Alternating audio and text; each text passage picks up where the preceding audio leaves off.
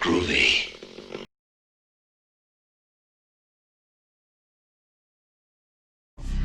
Resident Evil.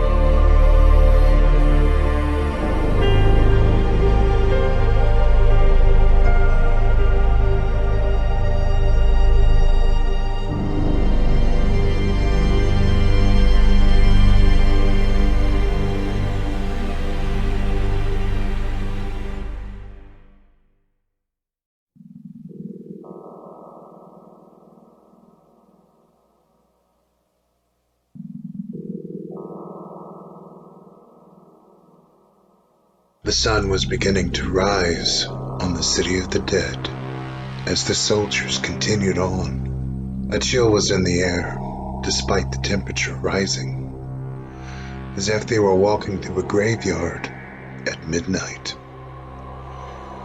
This once thriving commercial city had been reduced to nothing more than a tomb for everyone unlucky enough to still inhabit this carrion metropolis. Landis was slowing.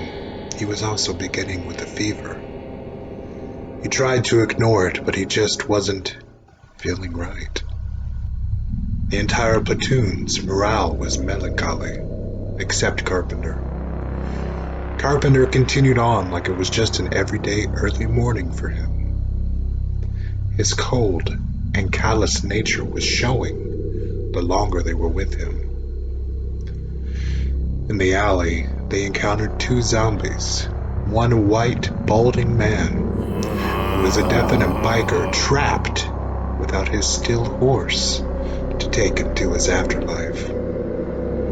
No, this man was stuck in a purgatory worse than hell, forced to decay and eat his fellow humankind.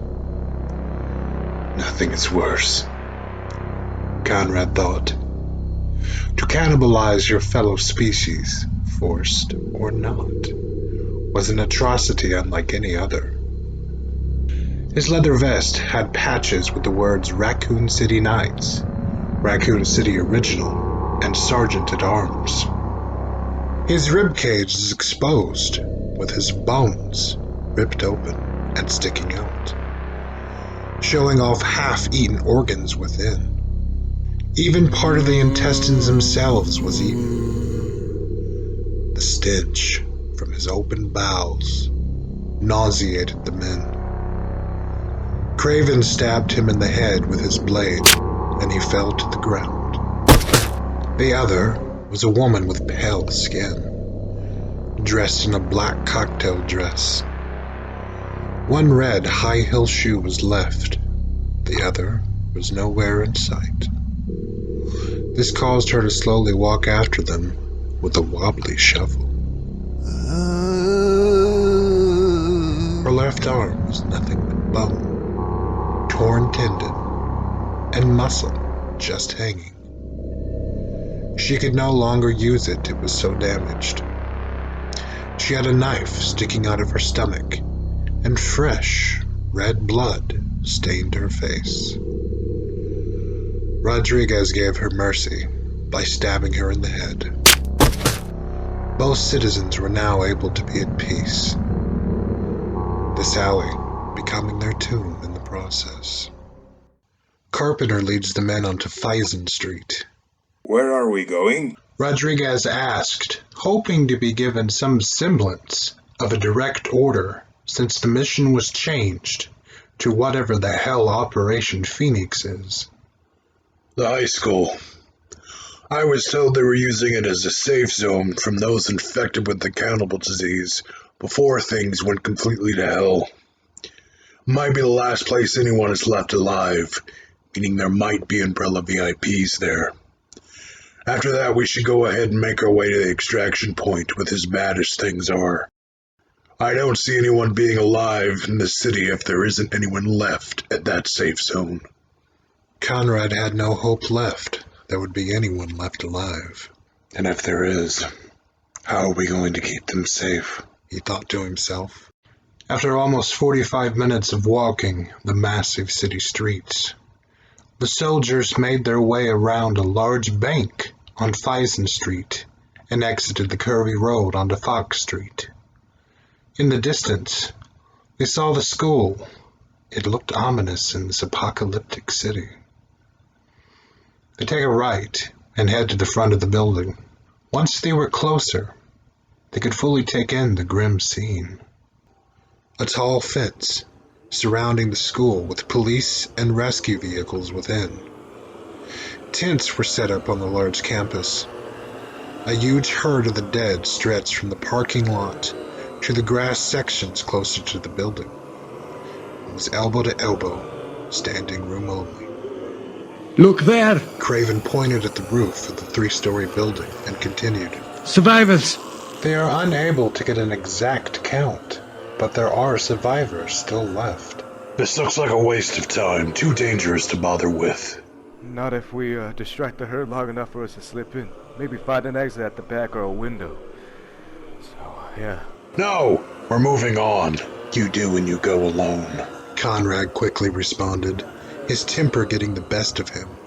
The men nodded in agreement. Fine. We do this quick, and we do this smart. One of those police cars up the road should have keys. You suggesting we drive it through the zombies? No, we could use the siren as a distraction. The zombies seem to follow noise. Exactly. Call them infected. Carpenter snapped, still pissed they keep calling them zombies. The men agreed, and Rodriguez and Williamson run up the street to the first police car. On the way, they help each other contend with 3 zombies, easily making quick work of them together. The rest of the street was lined with several dead bodies, where survivors had already contended with them by putting bullets in their head with extreme skill. Williamson silently wondered who had such precise skills. Once the zombies were dealt with, Rodriguez hopped inside a police car and saw keys. We're in luck. No, go. Why? This should work. The tire back here is flat.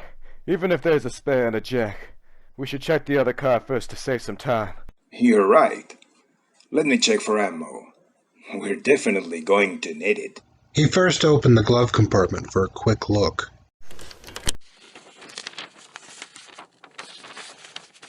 It was empty, besides a few various papers. There was no gun in the center of the car either. It was missing. Nah, no luck. On to the next one. The 2 men walked over to the other police car. They are greeted by a female, African-American cop laying against the steering wheel. Think she's actually dead. I don't know. Only one way to find out, I guess. I'll cover you. Williamson didn't look too happy but he would rather it was him at risk than his fellow soldier. Rodriguez pulled out his sidearm and aimed it at the dead officer. Williamson slowly stepped forward, not wanting to make any sudden movements to trigger an attack, if he could avoid one. Williamson taps the dead woman in the shoulder with his handgun. Nothing happened. He taps her again. Nothing. With his gun still trained on the dead cop, he extends his other arm and firmly grabs her shoulder. He pushes her back in the seat and the cop falls back, resting against the chair. She had a gunshot to the head, right between the eyes. A perfect shot. Help me with her. Rodriguez comes over and the two men pull the cop out, placing her on the ground.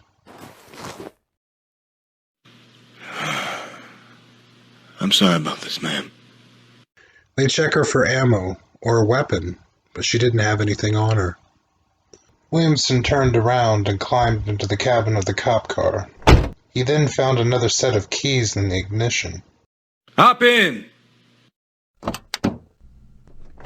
They first checked the car for ammo again, but it was no use.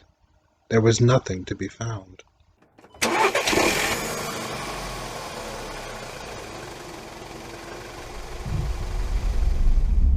Leroy Williamson drives the car back down the road, dodging debris and abandoned cars along the way. As they drive back up the block, the heat of the Midwestern morning brings forth memories of the South to Leroy Williamson's mind. Mostly drives with his mother on hot summer days growing up, top down in her old Dodge convertible. One of the memories from his past that helped him get through tough times like this. A carefree day spent just driving. Wind in his hair, not a care in the world. Hey, check it out. We can use that gate to get inside. Rodriguez said, while pointing to a gated door on the far side of the fence, at the right side of the building. For Rodriguez, the warm day brought back memories of his wife, the family he had left behind for war. His mind was being filled with memories of the time they met. A hot California morning, accidentally bumping into her car. He almost didn't have the nerve to ask her out. They exchanged numbers and information, but a week passed before he finally got up the nerve to call. Come on, let me take you out. If anything, to apologize for hitting your car. The young Alejandro Rodriguez said when she answered, trying his hardest to be as cool as possible. For these men, these memories are a comfort, an escape from war, and now an escape from this nightmare. They silently wondered if they would ever be able to make new memories with their families again. Williamson parked the car on the far side of the large fence, next to the other soldiers. There's a gate back there. You can use it to get through there. Williamson said through the open window, while gesturing his head back up the road behind him. The men had a plan in place, despite being a weak one. You two are on watch. Let us know if the sound draws anything else. Carpenter informs Rodriguez and Williamson. The rest of the soldiers head up the road to the large chain-link double gate. Wrapped around the two sizable gate doors is a chain with an unlocked padlock holding it together. Okay, make some noise. Carpenter said into his radio. You hungry, you ugly bastard? Come on, frickin' aim me! Williamson stood at the fence, next to the cop car, and began banging and shouting, Come on! trying to get the dead to focus on him. Come over here and eat me if you can! During this, Rodriguez flipped the lights and siren on and began honking the horn. It worked. The dead closest to Williamson began pushing against the fence, trying to break through, while others in the back of the horde began moving towards the fence.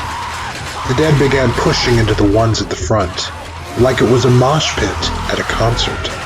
After a moment, the dead in the back began to push against the ones in the front so hard, the fence began to compress into the zombies closest to Williamson. Fresh blood and rot oozes through the holes like a squeezed, overripe tomato. I'm not sure how long this will last. Make it quick, boys. I will make it quick. The soldiers pulled the lock out of the chain, unwrapped the chain, opened the gate, and moved through. Once everyone was inside, they closed the gate behind them.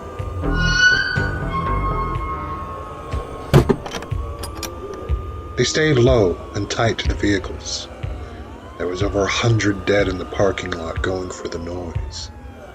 The vehicles were almost a maze, with tents closer to the horde to their left. There, the bus. We can enter the back and exit out the main door, bypassing as many of the dead as we can. Carpenter nodded his head in agreement. The men made their way to the bus, opening it and moving inside.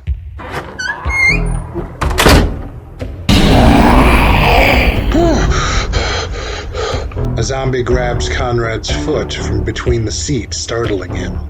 It was trying to bite through his boot. He stomps down hard with his other boot, and its head splits like a ripe melon in the sun. Brains began oozing from its head and onto his boots. The smell of rotten flesh permeated his nose. It was almost unbearable in this confined space, mixed with the Midwest's end-of-summer heat, baking the bus like an oven. As a result, the zombie's decomposition was highly advanced. Another zombie latched onto him, knocking him to his back. Conrad struggled to keep it from biting him. The zombie's head is inches from his own, as a large blade breaches its skull, coming toward his face. Landis removed his blade and helped pull it off of him. Try to be careful. No telling how many there are gonna be as we make it to the survivors. Conrad could tell he was getting weaker. He'd also begun to sweat profusely, even before entering the bus. Conrad stood up and pulled out his axe. He didn't want to use his guns, knowing the loud noise would send the horde to their location faster than anything. Blades only.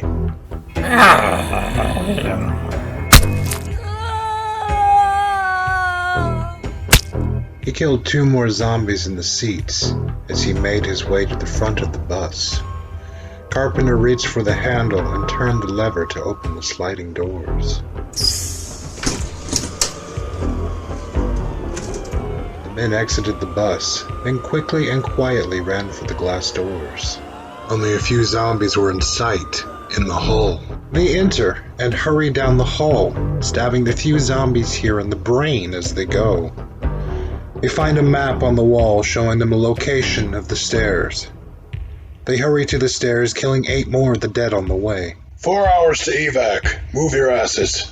They make it to the roof's door and tried to open it, but it wouldn't budge. Craven began knocking on the door and calling out. Hello?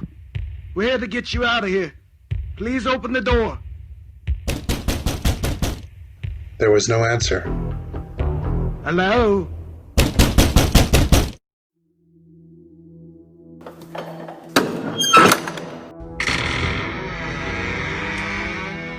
The soldiers were met with scared faces as they exit onto the roof. Conrad scanned the group and almost fell over as his face turns white. A sinking feeling begins in his gut. Are you okay? You look like you've seen a ghost. You're here to help us? A young woman in her 20s asks Conrad. She looks so much like the woman in Conrad's past, who he dreamed about every night.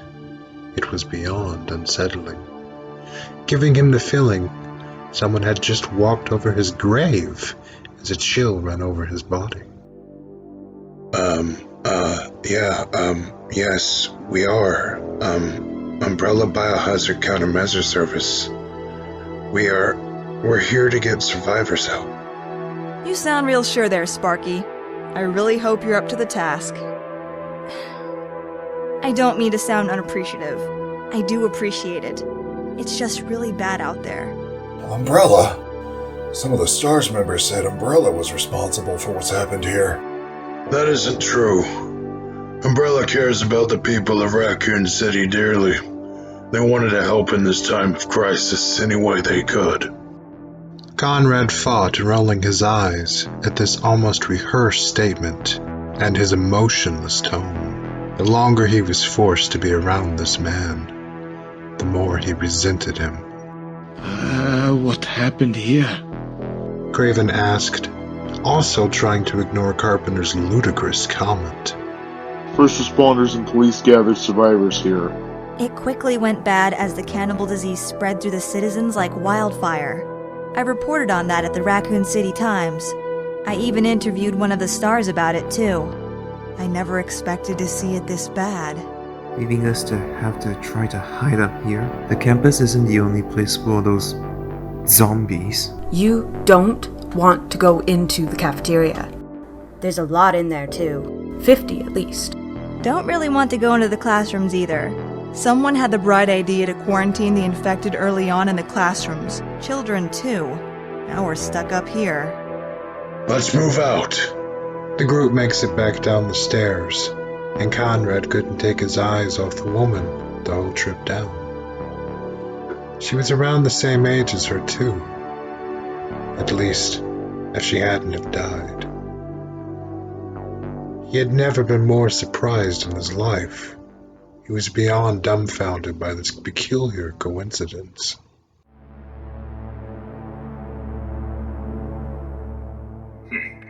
You're going to want to hurry. The battery just died.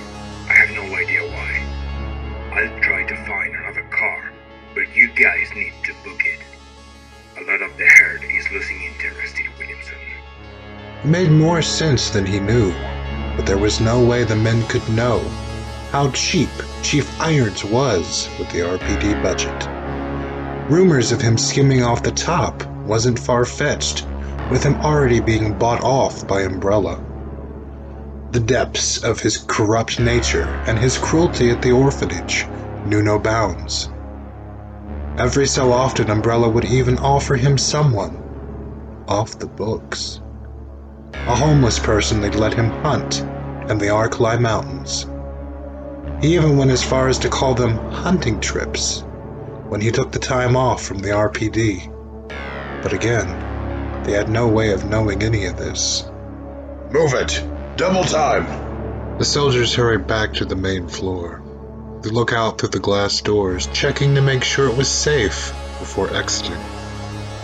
Are you sure there isn't a safer way? Unfortunately, this seems to be the best option at the moment. Since learning about the classrooms anyway.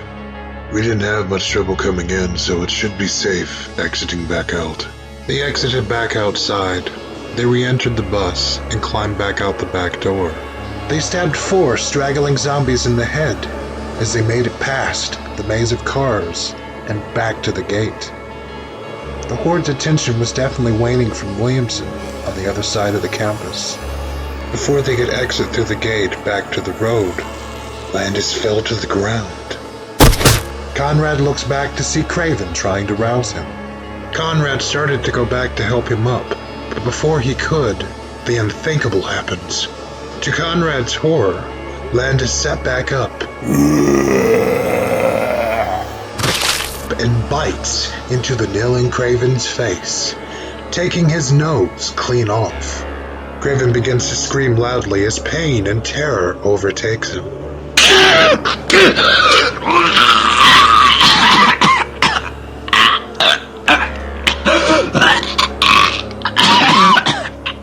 Craven tried hard to fight him off, but the gargantuan juggernaut that was Landis in life was too much for him in death. Landis began eating the dying Craven.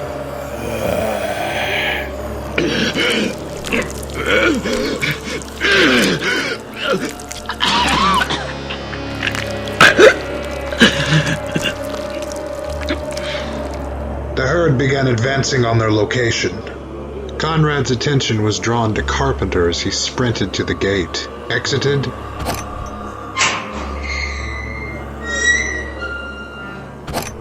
and looked back at Conrad. Conrad felt in his gut the cold supervisor was about to pull something shady, like a feeling of impending doom. You're all slowing me down. I have my own mission I must attend to, and I won't let that horde onto the streets. There's enough things out here I may need to contend with. Carpenter then reaches down and wraps the chain around the gate.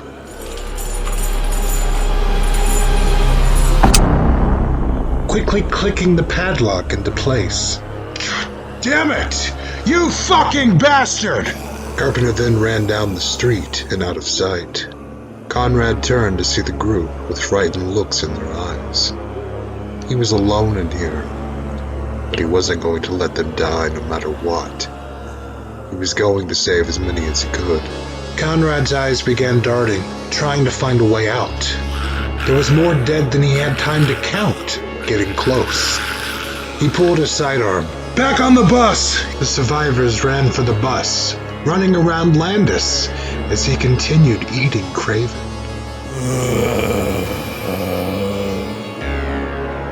Landis's attention is drawn to the group, and he began walking towards them faster than any zombie they had encountered yet. Not sprinting, not slowly walking either. The freshness of Landis giving him more mobility since his rigor mortis and decomposition had only just begun.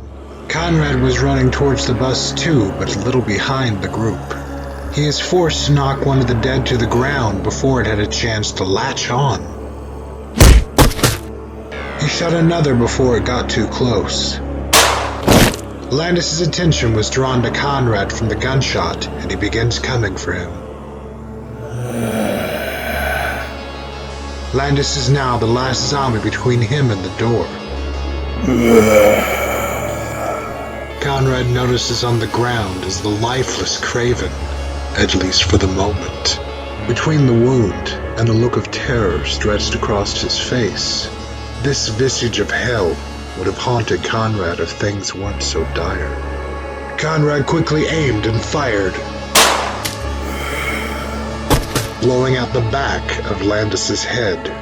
As he ran by, he knelt down to grab one of his frag grenades, almost tripping in the process. He wanted to grab more, but he only had time for one, with the dead coming for him. For a moment, he considered taking another second to shoot Craven, now knowing a bite will bring you back as a zombie. Although he needed to conserve his ammo for immediate threats, and he didn't have any more time to spare. He made it to the bus, and him and a male survivor quickly closed the door. Conrad notices the front sliding door is still open from when they first entered the bus and screams loudly, "Close the door, hurry!" A middle-aged woman hurries and turns the lever to close the door. Right before it closed, a zombie rams its hand inside and begins trying to pull the door open. A male survivor comes over and tries helping her close it by shoving the zombie out, but he just can't get it off the door. The hand brings back memories of Raccoon's delight to Conrad's mind. Conrad comes over and tries to help push it out. It wasn't working, so Conrad changes tactics. "Stand back and open the door! Let it come inside!" The survivors looked confused, but they followed his instructions.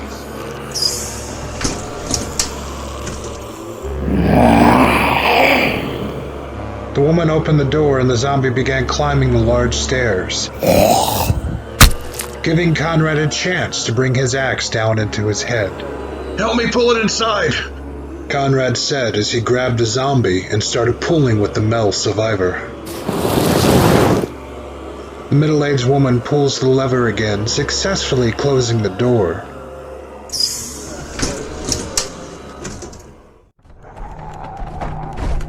The dead enveloped the bus and began banging, trying to get in, to no avail. Conrad sits down in one of the seats, feeling beyond defeated. He peers out through the window and sees more dead than he could even venture a guess. Amongst the dead, one in particular stuck out to him, one that was looking right back at Conrad.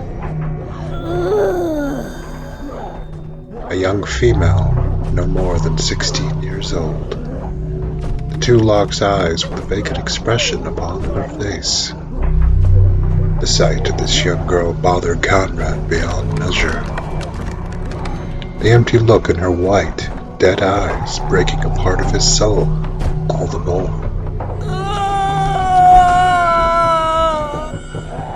She began banging on the bus too as the whole bus shook from all the living dead trying to break in. Yet again, Conrad was trapped by the dead in this fallen city. Conrad fought tears, but he just couldn't stop looking back at the young zombie. Static came over Conrad's radio, followed by the voice of his comrade, drawing his attention away from the massive horde. Couldn't find another cop's keys. I'm sorry. Alright in there? No, not even a little. Carpenter locked us in. Said we were slowing him down and he had a mission of his own to attend to. Whatever the fuck that means. Where are you now, bud? Well, we're chilling in a bus as zombies try to get in and eat us. This is shaping up to be a lovely morning. At least we can all enjoy the sauna that is this stupid death trap. You know, really sweat out those toxins. Maybe we'll die of a heat stroke before we get eaten. Where are you? Conrad quickly realized his words frightened the survivors. He didn't intend for that. Well, shit, that sucks. Does anyone know a good pizza place around here? Maybe we can have something over. Yeah, make mine with extra pepperoni. We'll leave without you, brother. Well, get out of here. Try to find anything you can use.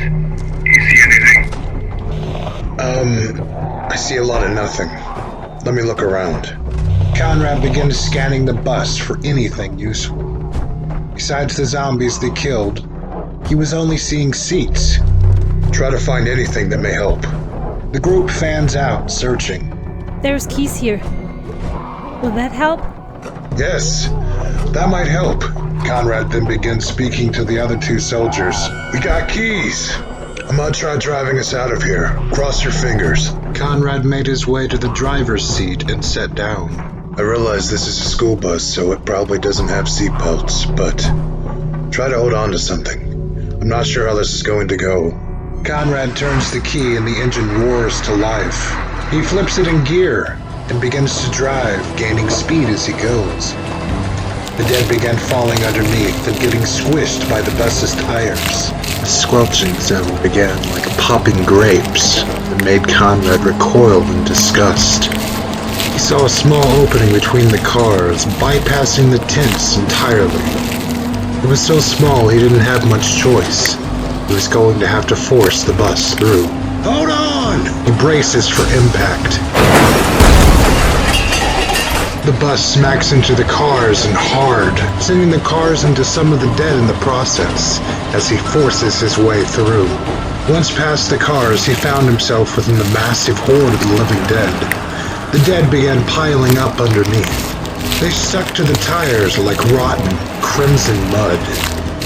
The bus was getting bogged down, the more dead it killed. He pushed the gas down all the way. It's a straight shot to the fence. This is working! We're gonna make it! He spoke too soon. The amount of dead was making it hard to drive. He was losing control. A panicked look struck his face as he tried turning the school bus, but it wasn't working the way he wanted. He slammed on the brakes and the amount of dead sent him spiraling to his right into the school.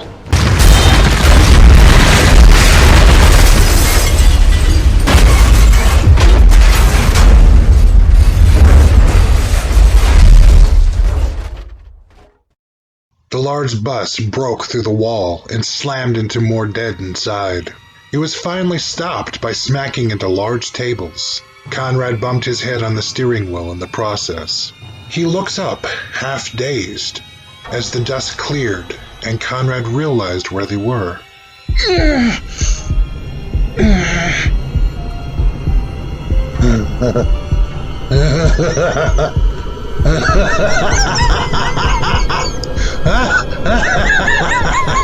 Of course! It's the fucking cafeteria! Heads up!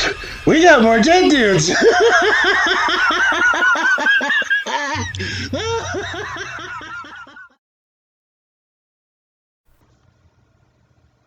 A moment ago, back at the cop car, Rodriguez and Williamson sat, waiting.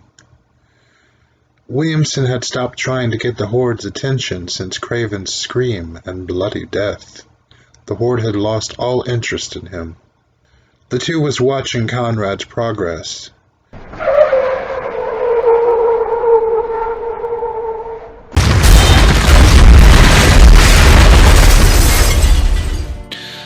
Well, great. That complicates things.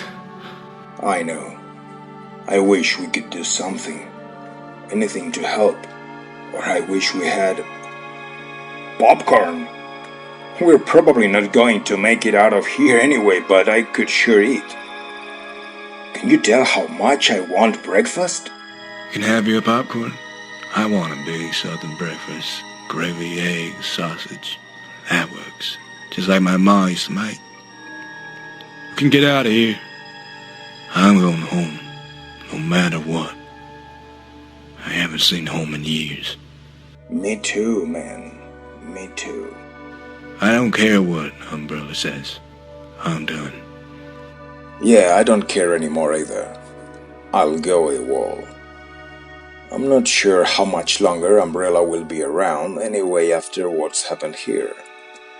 I thought we were lucky to be in Delta Squad's Platoon D and be assigned to Supervisor Richard Carpenter. To not have the, Silver Wolf Nikolai Zinoviev be our supervisor. I guess it's not a surprise. Umbrella would naturally find the most cutthroat people to do the missions we've done. Or the most desperate? Yeah, that too. Across the street, something catches Rodriguez's attention. He notices a strange creature crawl out of an open window. Its skin a tannish color. The insect-like abomination was like nothing Rodriguez had ever seen in his life. Not even his nightmares of war could compare to the things he was seeing here in Raccoon City. These mutant monstrosities weren't even comparable to the hunters in the Cerberus Umbrella had trained them with. The creatures in the city was like nothing else on Earth. The creature had large, hooked claws at the end of its 6 limbs. It effortlessly made its way down the wall and then turned, making its way up the alley. We're definitely not making it out of here. The two men then heard a loud explosion from inside the school and noticed 4 zombies were heading in their direction on up the road. They'd need to contend with them before they become a threat. Well, let's get this over with. Let's do this smart. Try to separate them. Williamson nodded. The 2 men split up, luckily causing the 4 zombies to split up into groups of 2. Rodriguez notices a metal pipe on the side of the road. He picks it up as the 2 zombies were coming for him. One zombie was trailing a little behind the other from a broken ankle he was dragging.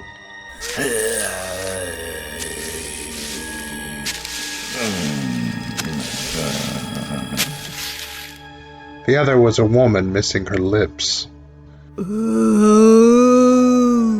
Rodriguez throws the pipe up into the air and catches it. While holding it like a spear, he used its length to ram into her eye, through her brain, and out the back of her skull. She fell down to the ground dead. He let the pipe fall with her. He then pulled out his blade and planned his next attack. He runs forward, ramming into the dead man, causing the zombie to fall to the ground. He then quickly stabs it in the brain. At the same time, Williamson was dispatching his 2 zombies. 2 men, One was missing both arms, which made it easier to kill. He ran over and quickly stabbed the armless zombie in the head. Williamson then began backing up to the police car. Come on. He said to the zombie, trying to line him up where he wanted him. He then quickly opens the door, smacking it into the zombie, dazing it. Giving him time to stab it in the head. Hey, you think they got any food? What is with you? What? We haven't had breakfast. Did you see me with the pipe? That shit was awesome. How many points you give me? What do you think? You see me with the door. I think I topped you, dude. A few moments prior, Conrad was trying to figure out his next move and fast. Inside the cafeteria, zombies were coming toward the bus. I have an idea! Everyone down! Conrad opens the school bus door and grabs his 2 frag grenades from his vest. He pulled the pins and tosses them into 2 different directions before ducking back into the bus.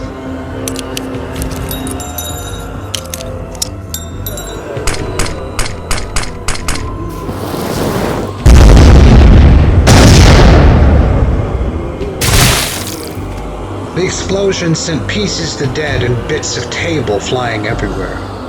Stay close! I don't know how bad this is gonna get! The 6 survivors got right up on his back. He equipped his assault rifle and switched it back to manual as he exited the bus.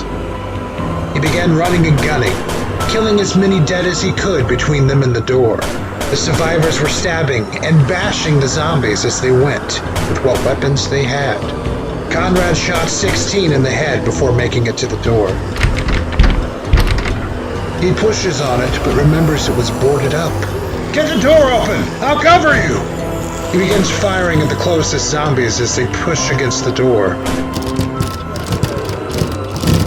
Any fucking day now, people! Come on! The group begins kicking the door, trying to get it open. After a moment, a thin opening appeared as the boards were moving out slowly, held in place by the nails. Stand back! He then rams into the door, bursting it open. The group tries to push the door closed behind them, but it wouldn't close properly now. Anyone know of a way out of here? Back door, classroom with windows, anything? Yes, that classroom should have a window. Conrad hurried, killing 7 more of the dead on the way. He opened the classroom door to find another 8 zombies. He aimed and fired, hitting the closest one in the head, grazing it.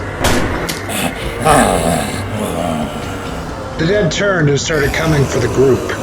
He aims to fire again and squeezes, hearing the gun click dry. Damn it! He slams the door closed and pulls out his Glock. Zombies were coming for them in the hall and from the cafeteria. The survivors were fighting the close ones off best they could. Conrad quickly reopens the door and fires again, hitting his marks this time. 8 bodies hit the floor. He doesn't waste a moment. He runs for the window and opens it, pushing out the screen. He crawls through to make sure nothing is on the outside lying in wait. He then helps the survivors out of the window, noticing what looked to be a child zombie entering the classroom behind the survivors. Don't look. Focus on the survivors, he thought to himself, not wanting to see such a ghastly sight. They quickly closed the window. Conrad looks around them and sees a street sign. They are on Innendale Street. Conrad caught his breath as tension and adrenaline left his body. He then pressed the button on his radio and began to speak into it. Somehow we made it out. Rendezvous with us around the back of the school. We don't have long to the evac. Carpenter, if I run into you, you're going to die today. I promise you that. You made it out. Impressive. I'll see you soon, Lieutenant. Their next step, make it to the Raccoon Police Department in time for evac. A strike of luck for the first time since landing. They were on the right road to the RPD.